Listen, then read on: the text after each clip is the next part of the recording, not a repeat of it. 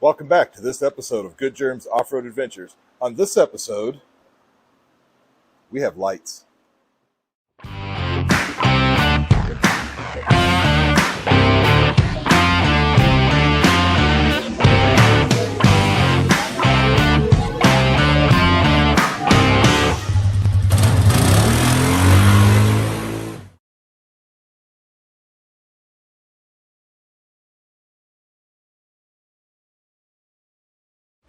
Today, we're installing these LED lights on the 2021-2022 Polaris Sportsman 570. Now, of course, we're using our brand new 2022 Sportsmans for this install, and as you can see, we already have them on the Premium Edition. We will be installing them on the Trail Edition in this episode. You can see we've gone with the Roadshock LEDs from Harbor Freight. There's a very specific reason why we've done that. You can get all three of these. This is the 14-inch combo bar, 2 cubes, for less than $100. That's pretty cheap compared to one single small rigid or pro armor bar for between $250 and $300. So less than $100 for all of this. And we're not racing, we don't go 100 miles an hour. These machines won't go 100 miles an hour. All we want to do is protect ourselves from the cactus people. Some of you might ask, what's a cactus people? The cactus people is, well, that guy.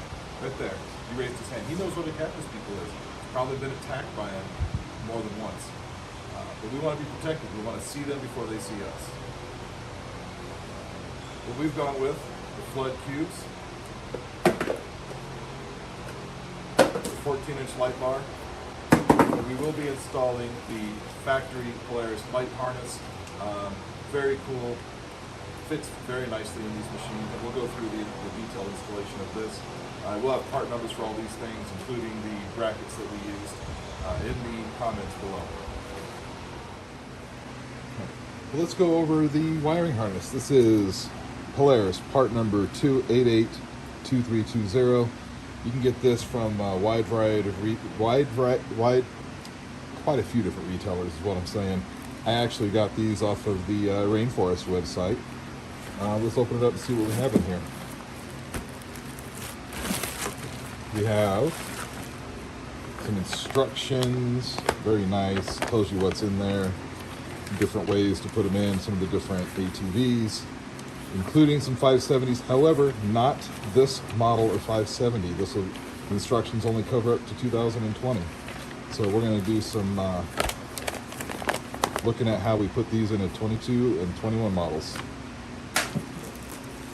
We have the actual Polaris factory switch, which if you have any other switches on your machine, and if you've watched our previous video, you'll have seen us put the hand warmers, thumb warmers on this machine actually, even though this actually will match the others. And then you'll have your harness.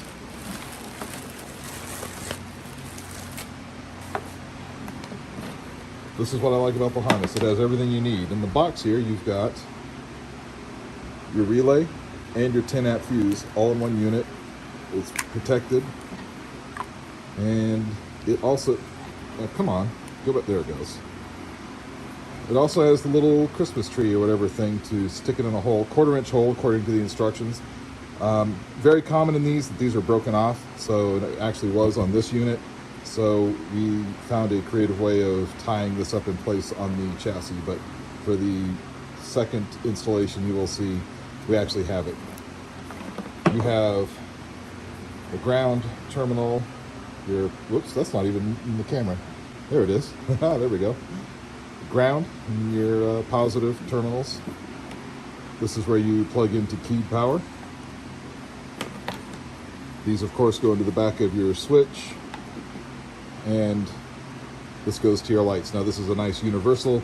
It fits the Roadshock lights. It'll fit the rigids, the pro armors, and probably any of the Wang Chung brand stuff you can get on the Rainforest website. So that's the kit, and we're going to go over the installation of all of these things. Well, as you can see, I've already installed the lights on here, and that's for yet another very specific reason, is Every install, if you're using different lights, different brackets, is going to be different. However, I will go over what I did in this machine, and you can see we have brackets here, brackets here. These are the Roadshock brackets that we did do a modification to, but we're going to go over it. The part numbers for these I'll have in the link. Links are maybe just noted below. Again, the Roadshock 14-inch bar, 3-inch cubes. We used floods. The first thing you're going to want to do, and you'll notice if you look behind there, I've taken the radiator guard out. That just makes it a lot easier dealing with the wires. You don't have to reach, and you can get it in and out even with this light bar in place. Up here, pretty easy. You can see what we've done. Again, part numbers below. Now for the bar, these don't exactly fit in the bumper. They're a little bit big, and there is no in between. The 8-inch bar from Roadshock, it will fit nicely here, but it just doesn't have, it doesn't have the lumens. You need the lumens. So this fits nicely, but you'll see here, this is the Roadshock bracket. This used to be a 90 degree. We've turned it up to, it's roughly a 45, so it kind of matches the angle here. And then this bracket actually has another piece that came with it, and we'll put a picture of that, here of what that kit kind of looks like. And we don't use the other part, we're just using this to mount it to. Some of the factory bolts, I think this is the bolt from, I don't know, one of the lights. But you can see how we put this in here. What's nice about these units is there are holes in the bumper or the front guard, whatever this plastic piece is, whatever you want to call it. You run the wires right in there, and there you go. You can see the wires from the top. Whoops, there it is. Where is my finger? There it is, from the top and the bottom light here, and then on the other side, you have it here. So the other thing we've done is we have put 2 wire harnesses back to back. I have a picture of that somewhere in here. I'll pop it up in there. You can see how that's put together. Those just came off the Rainforest website. It was $10 for a package of 2. So pretty good deal. Again, all universal. Everything lights up nice and pretty.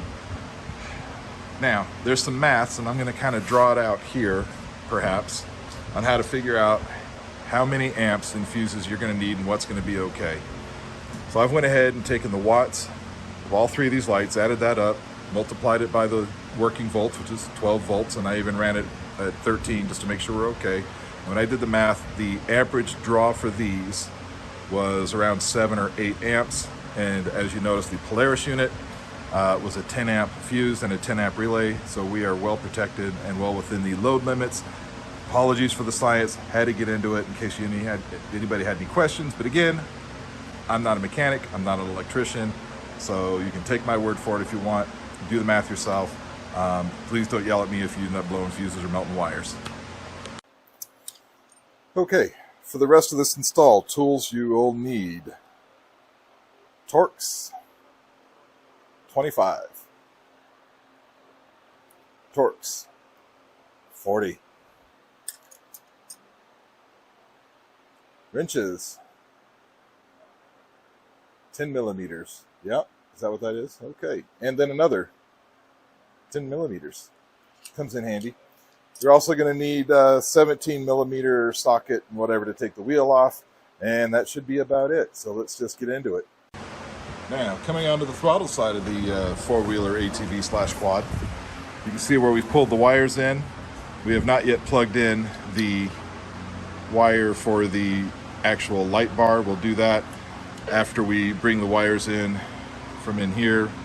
They're actually going to come down straight from in here along this frame rail behind the coolant line. We don't want to strap it into the coolant line. That's going to get hot. You don't want to put wires on that. We're going to use the frame rail behind it, tuck everything nice and neat out of the way from the steering, and well, let's just get into this wiring harness install and see if we can make it happen. Okay, for the headlight pod, take out the 4 Torx 25 screws that hold it together. One, dos, 3, and D. Okay. After you get those out, the headlight pod, just quite simply, you just pull it forward, and there you go. Access. Okay. Now for the battery, you don't have to take the battery out. I will be taking the battery out. It just makes it a little easier to get to everything. So first, we're going to disconnect the ground. This is where your two 10 millimetres wrenches will come in handy. Yep. Well, why doesn't that... For crying out... Okay. There we go. Remember, whenever you're messing with batteries, always disconnect your ground first. Now, this is a winch model. This ground actually just goes straight to the winch. And this is the chassis ground here. Now, in order to not lose these things, I'm just going to put them back. Just put it back. Well, how do you, okay. Okay, now we'll do the positive side. Let's push that away. And again, using our wrenches. Now you can use, adjustable pliers, sockets, whatever you want. Again, this first wire, this goes to the winch. And it actually says winch right here in this hole, and this pushes in. It's kind of nice for the Polaris to tell us that that went to the winch. And then this goes to the starter relay. Let's put that to the side. Let's put our nut and bolt back so we don't lose it. Very good. Now your bigger Torx bit, or Torx driver, it's going to go here. What is that? I forget. Torx 40. T40. These are not super tight, and that's okay.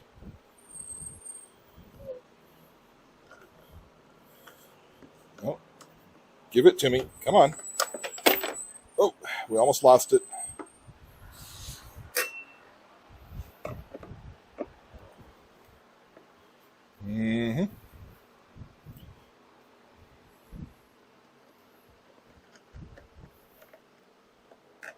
Okay. And then this just comes out. To put this back in, you just goes in a slot right there. I don't know if you can see that, but take this away, and then the battery just lifts out. Again, you don't have to take the battery out, but it just will make things a little bit easier. Now with the battery out, what's nice and easy to see is you have these two pigtails here. They're both orange with a white stripe. Those are keyed on power. And then further down in here, and we'll get the other camera and get you in here a little closer when we go to use it, there's a chassis ground right here that you can access from the top and from inside the fender. Okay. Well, the first thing I'm going to do is I'm going to run the wires up to the control pod panel headlight housing thing here and install the switch. So just push on the back side, the little blank, it comes out. I'm going to save on these. You never know when you're going to want to take stuff back out. Just take your, oh, I forgot, you got to take this off, just lift up, pull forward, clips in, real easy. So I'm just going to take this wire here or there, run it up through the mess of all the other wires in here, push it through.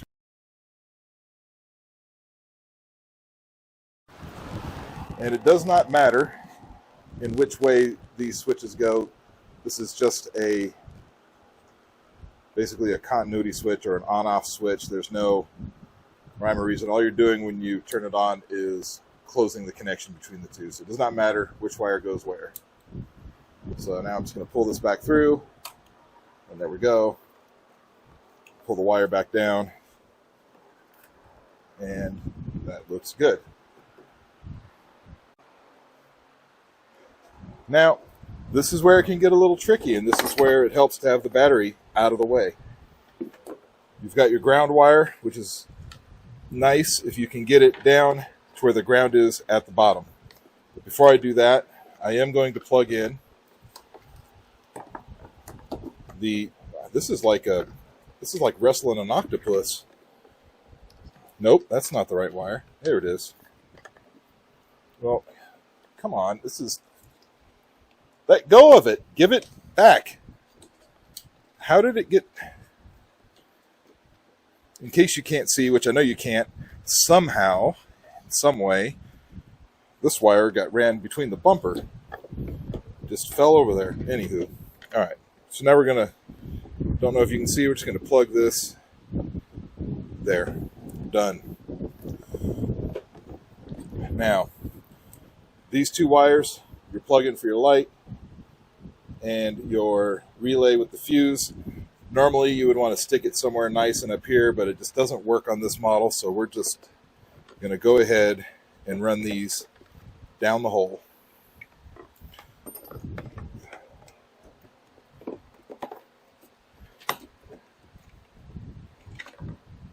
At least that's what I think we're doing. There they go.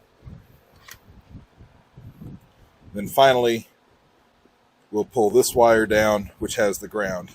And I'm going to get you in here with the other camera so you can see exactly. Goodness, my giant Bigfoot hands just don't fit anywhere. Okay, now, this will just lay kind of across the top of the battery and plug into the positive with the other things. And everything else will pretty much be down in the hole down there. So we're just going to put this out of the way somehow for a minute. And I'll bring you in with the other camera so you can see exactly what we're looking at down in the hole. Okay, and now we're going to go look in the hole. If we look down, you can see all of our wiring right there, right? Whoa, that's a big finger right there. Let's use a stick. Right there. I'm pointing at it with a Torx bit. There we go. Now I'm almost touching it. That's the chassis ground we're going to get to. Now it is much easier to get to it from the bottom. So that's where we're going to get it from.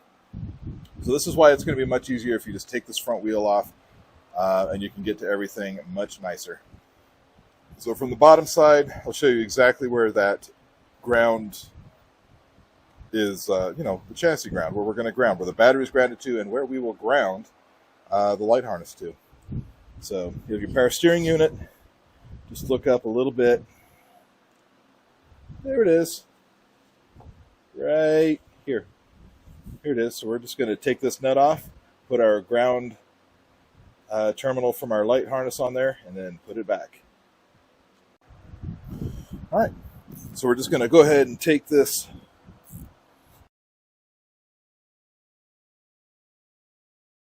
It's loose already. It's because I've already done this, but apparently I forgot to turn my microphone on, so you didn't hear a word I said, which honestly, that's probably not a bad thing.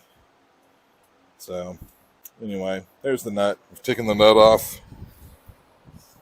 Now we're just going to come from the top, put the ground terminal on, and then we're going to just put it back together.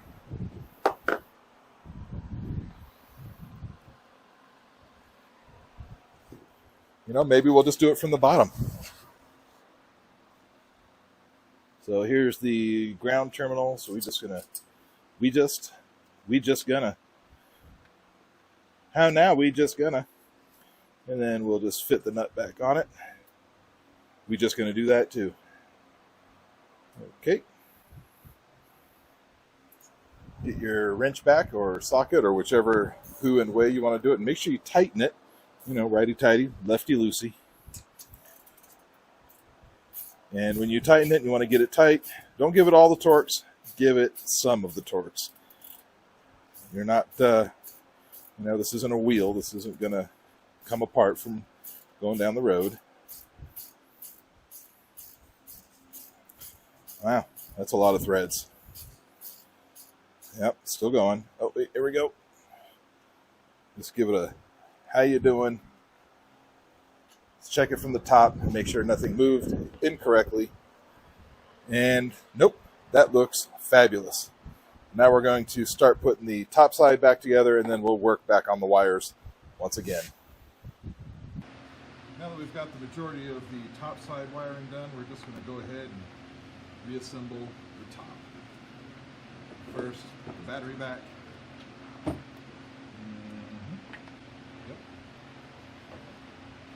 Remember, this just slides in and down. T40? Nope. Yep, T40. Let's get your Torx screws back in. Put the battery bolt down.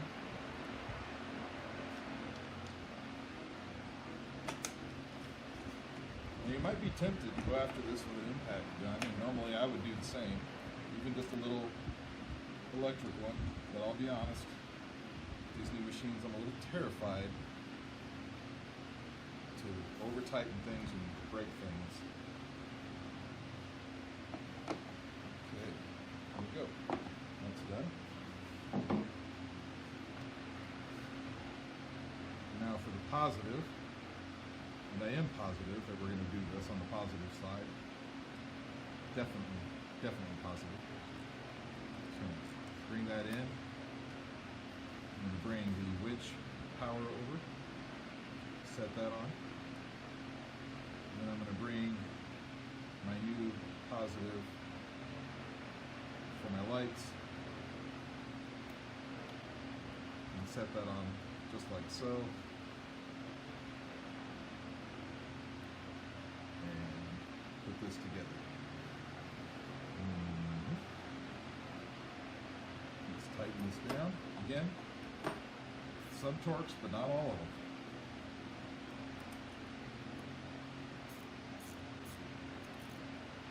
Always start, when you're hooking it all back up, start with the positive.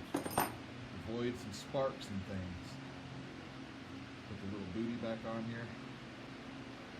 There we go, that's nice. And now we'll reassemble this side.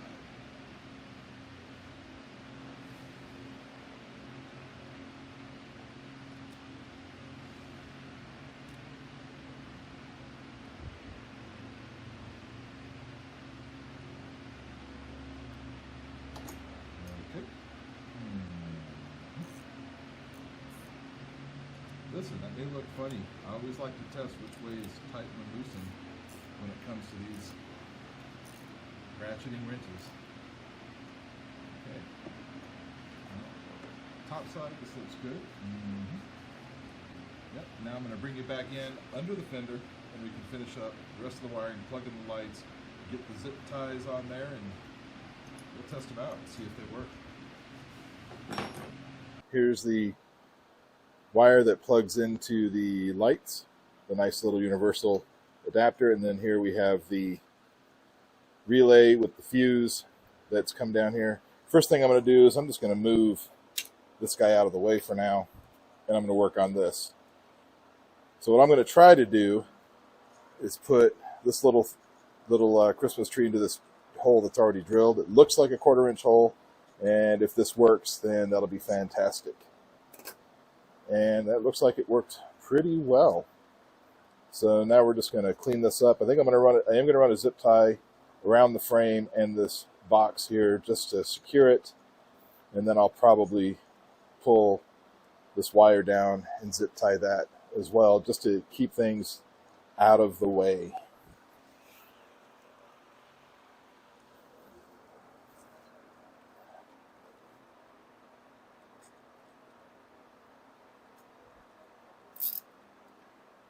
Come on now, there we go. There we go. That's good. Keep that from coming off. Let's cut that off. Where are my cutters now? Somehow I have lost my cutters. Oh, here they are. Found them.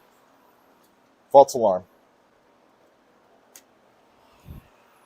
Make sure when you cut these, you leave a nice jagged edge, so the next time you go to work on this, you know, you cut your hand and your arm real good and bleed everywhere.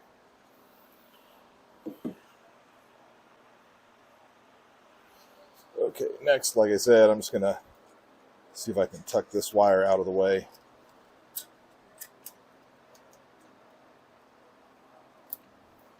Maybe run that there,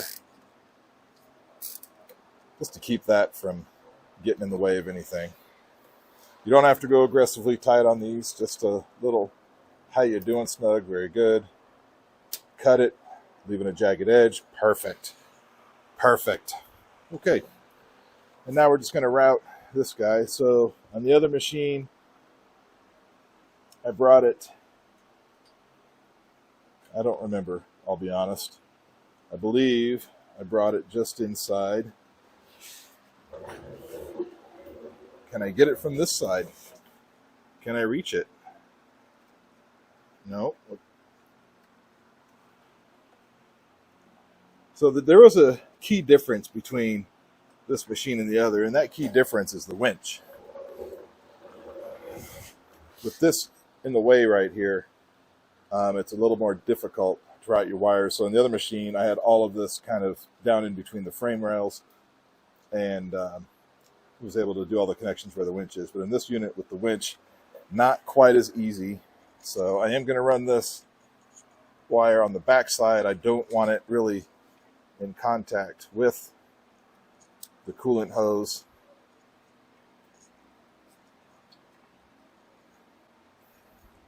And I'm going to probably tie this back here as well. I don't want it touching the radiator. So this doesn't seem like it fits all that nicely. Let's see if we need to route that a little different. Because quite easily you can just run it like this, but you know, that's just, well, you know, this is trial and error. We can zip tie it up here. That's nice. We can plug it in here. And we can just attach all of this kind of nice and out of the way. Let's see if we can bring this through the back side.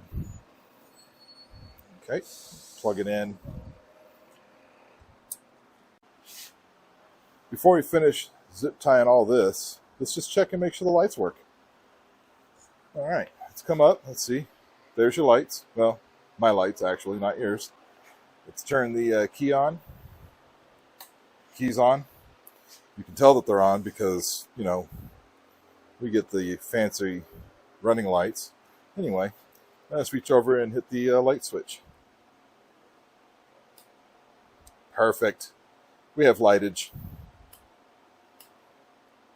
Beautiful. Okay, let's just finish up all the zip ties. All right, we're going to sneak one in here. Yep.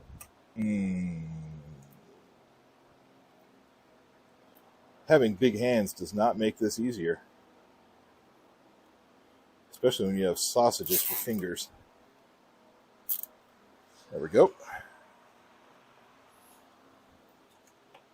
The goal is I'm going to try to keep all these wires off of the cooling system. It's a little difficult, but we'll figure it out.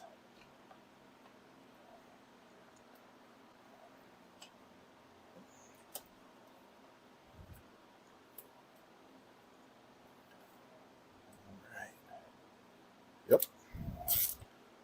Tell you, I have got a light in my face and it is hot. There we go. That'll work. Let's cut that nice and jagged. Oh, beautiful. That's going to slice you right open. And now for the tricky part, let's just pull this one nice and high up here. Yeah, let's pull that nice and high up here. I almost wonder if I should run it around the backside. Let's do that. Get it out of the way. Out of the way. There we go. So that'll take care of that one, and we'll figure this wire out here in a minute. We might just tuck it right in there.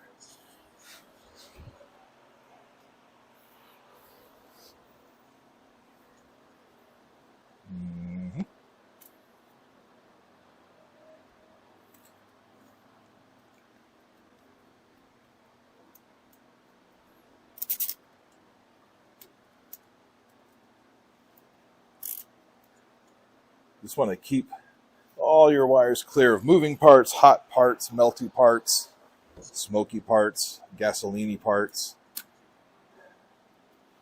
And always,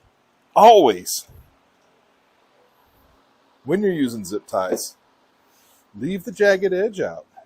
It'll be a nice surprise for the next guy to work on it.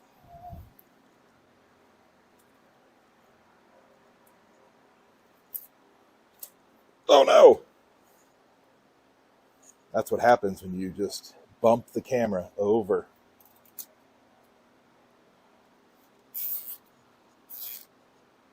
Okay, I think we're good. Let's cut that off.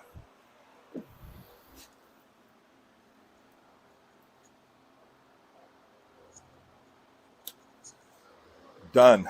I think we're done with this. Let's put the front wheel back on, and let's put the the radiator grill guard piece of plastic in.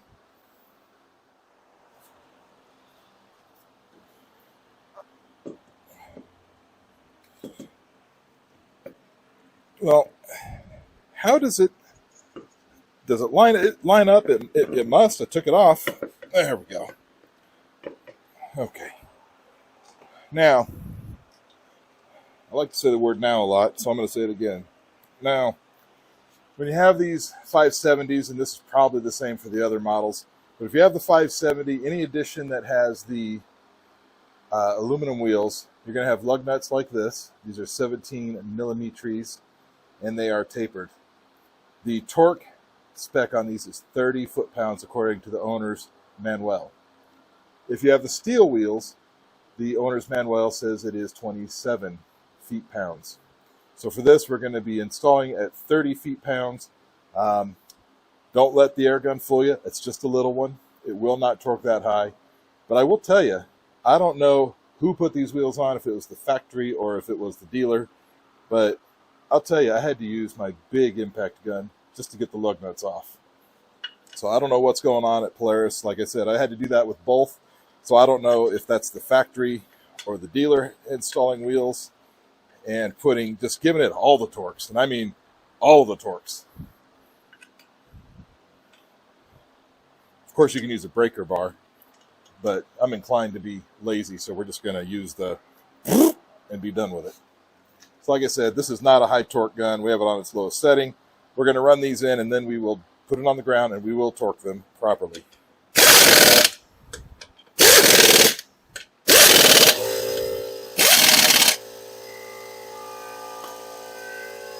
Let me shut that off because that is noisy. Goodness, that was loud. All right, let's put it back on the ground.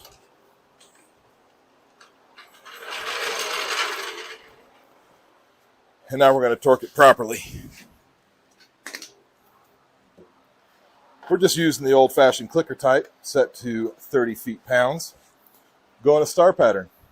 For this, it's easy. Top, bottom, left, right. Top, bottom, left, right. We'll do it 2 times. There we go. Click. Top.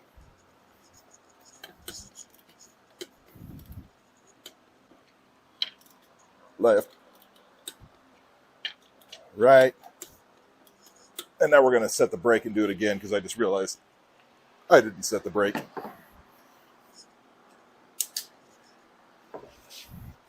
Okay, one more again. Top, click, bottom, click, left, and right.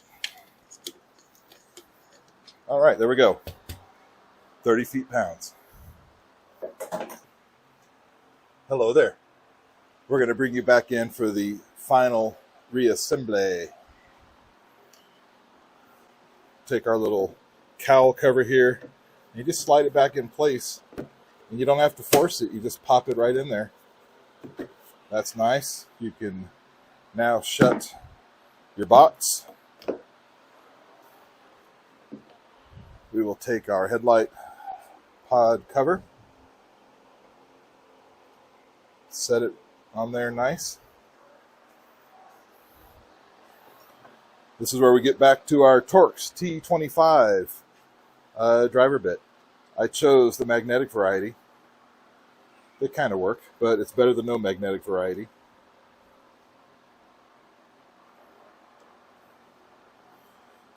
Just tighten it till it stops. Just give it a touch more. That's all you need. You don't need a lot. You're screwing these straight. Oh no. Where did it go? Anyway, you're screwing it straight into plastic. You don't need to put all the feet-pounds on it.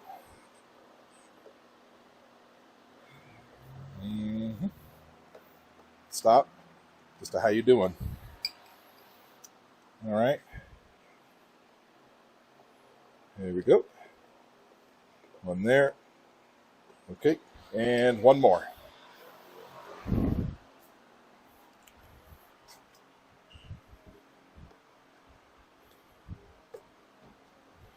That's it. We are reassembled. Well, almost. We're going to put our nifty, handy dandy nifty headlight pod storage bag back on here. Again, I'll let you know how these do once we actually get these things out and ride them. Seems weird to me that we're just going to Velcro them down. Now the Velcro is that snap-in Velcro. It seems pretty strong, but we'll see how that goes. Okay, we're going to give it one more test now that we are completely reassembled. We're going to turn, let's see, switch on, yep. Headlights, yep, those all work. Bright lights, well, that's fine. Let's see what it looks like all together. That's a lot of lumens if it's a lumen. Well, that's going to do it for this episode. As always, this is Jezza saying thanks for watching and ride safe. And as it mirrors, this is just way too many lumens. These are a bit bright. It's time. Turn out the lights. Turn them out. Now it's too dark.